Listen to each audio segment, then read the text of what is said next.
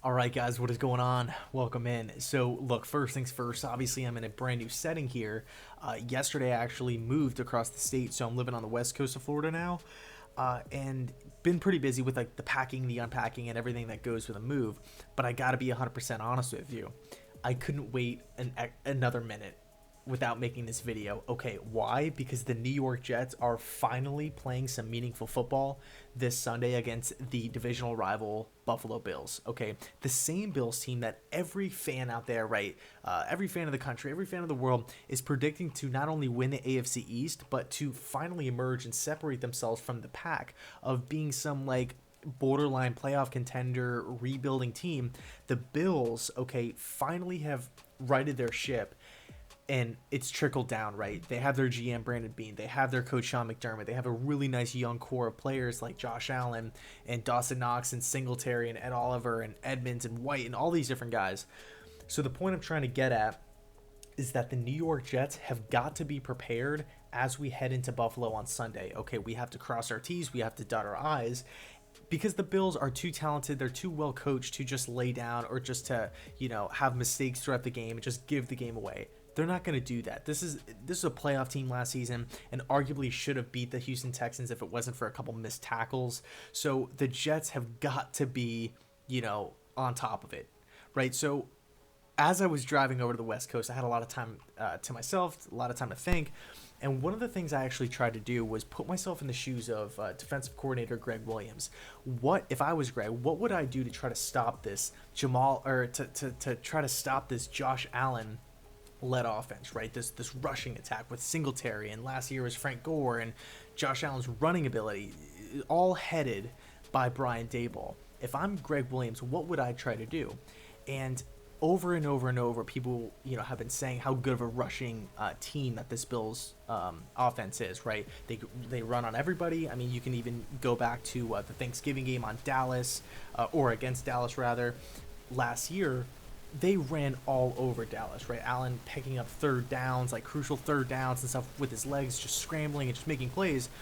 But in my head, I'm like, I'm actually completely fine letting the Bills trying to establish a run game and keeping everything in front of us, right? I'm more concerned about letting Stephon Diggs and John Brown on the outside beating the Jets safeties deep. And obviously corners, and then getting past the defense, right? That's what I'm concerned about. If I'm Greg Williams, I'm trying to contain and keep everything in front of the Jets safeties, because if the Jets can do that, I can live with Josh Allen nickel and diming, hitting Croft with a quick little 5-yard curl, hitting Singletary in the flats. I can live with that, but I can't live with Stephon Diggs just burning past the Jets secondary, catching 40-yard touchdown passes quickly. Okay, that cannot happen. So if I'm Greg Williams, I'm coming up with different ways to keep our safeties back, playing them a little bit deep. And actually, if you watch the tape, Greg Williams, he ran it a lot in Cleveland. And early on with the Jets, he ran this like angel style of defense where he has a safety playing so far back from the line of scrimmage. It's really interesting, and I'm to be honest, not really a fan of the style of defense. But in this case, it might work. And you kind of have your strong safety play a little bit closer up into the box, and you have one safety a lot farther back. That could work in this scenario. So we have to keep an eye on John Brown. Remember, 1,000 yards last year, was the wide receiver 1, not some scrub. And then Stephon Diggs, who's obviously a top 10, top 15 receiver in this league. Keep everything in front. And with that comes keeping Josh Allen contained. I know it's a lot to ask for, but when you have a 6'7" quarterback, 6'6" quarterback with a rocket arm who can move, who's durable, who can slide around in the pocket and extend plays, I believe it's very important to not only force Josh Allen to go through his full field of reads, but for him not to escape and extend plays. Cornerback, secondary, it's been a weak spot for this Jets team. Depth chart wise, it sucks because we haven't seen any preseason games, so we don't really know how it all looks, but we got to keep Allen in the pocket. Okay, I believe if we do that and we force him to make his reads, it'll be easier. It'll be easier to contain. I do envision that if the Jets do those two things, we can keep the Bills under 17 points. Again, I'm totally fine with letting Allen just, doing like the classic Tom Brady, like 4 yards, 3 yards, 4 yards, 3 yards, and trying to live with that as opposed to, just these home run shots just all the time, all game. Because the Bills, you look at John Brown's speed, you look at Stephon Diggs' speed and game tape, what they're good at, you add that with Josh Allen's arm strength, it's a recipe for a complete disaster. So moving on to the offense, what can this Sam Darnold-led offense do, or how can we be effective, right? How can we put up points on the board? And I think after watching a lot of the tape rewatching the games last year, the Jets-Bills games last year, I think it's important to feed Le'Veon Bell and Jamison Crowder early, get them involved early on, and kind of branching off that. So one thing I noticed a lot last season was Darnold running for his life, and of course, it's going up against a great defense, and of course, the offensive line play was horrible.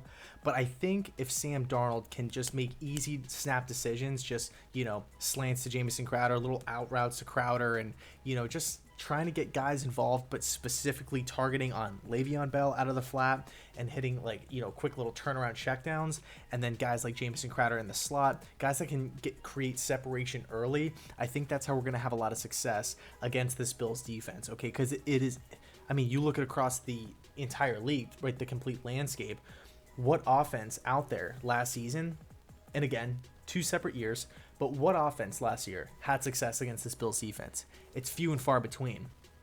The Jets have got to win their small victories and take what the defense gives them, okay? I do think it's important to establish the short passing game as opposed to being really downfield. I think it's going to be tough to really establish the run, especially in Buffalo. Granted, there's not going to be, fans there, but still, I still do think it's important. So those are really just the keys, right? If I'm the Jets, if I was a part of the coaching staff, those are kind of the areas that I would focus on. Again, just to kind of recap on defense, keeping Allen contained in the pocket and trying not to get beat deep, trying to keep everything in front of the safeties. And then on offense, of course, feeding the ball early to Jamison Crowder, feeding the ball to Le'Veon Bell, as opposed to, taking these deep shots and all that kind of stuff, because the Bills, not only do they have really good cornerback play, but their safety play is out of this world, right, with Poyer and Hyde. And also, of course, getting the football out of Sam Darnold's hands quickly, but that's kind of a given. So I'll leave it there. Let me know your thoughts. Drop a comment below. Not only who you think is going to win this game, but what do you think the Jets have to do to prepare against this stacked Bills team? Because looking, of course, the game isn't won on paper, but when you compare depth chart, the Jet to depth chart, coach to coach, the Bills are just, completely outclassing the Jets. So I'll leave it there. Let me know your thoughts down below in the comment section. And as always, thanks so much for watching, and go Jets.